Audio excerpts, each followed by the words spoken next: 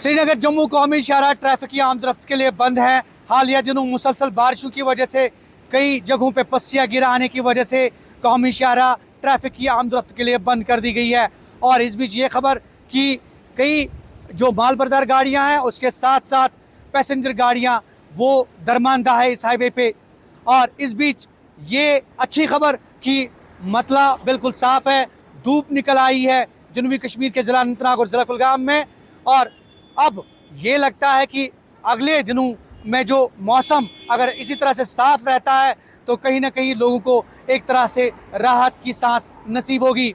और इस बीच ये दुखदायक खबर भी कि अगर हम पहलगाम कॉन्स्टिट्यूंसी की बात करेंगे, लेकिन पहलगाम के कई इलाके जो हैं वहाँ पे कई ऐसे ब्रिज जिसमें आड़ो और साथ में माउरा, फोर्ट सिलिगाम और भी कई ऐसे ब्रिज जो हैं वो डैमेज हो गए हैं, जिससे आमदरफ्त में काफ़ी खलल पड़ा है।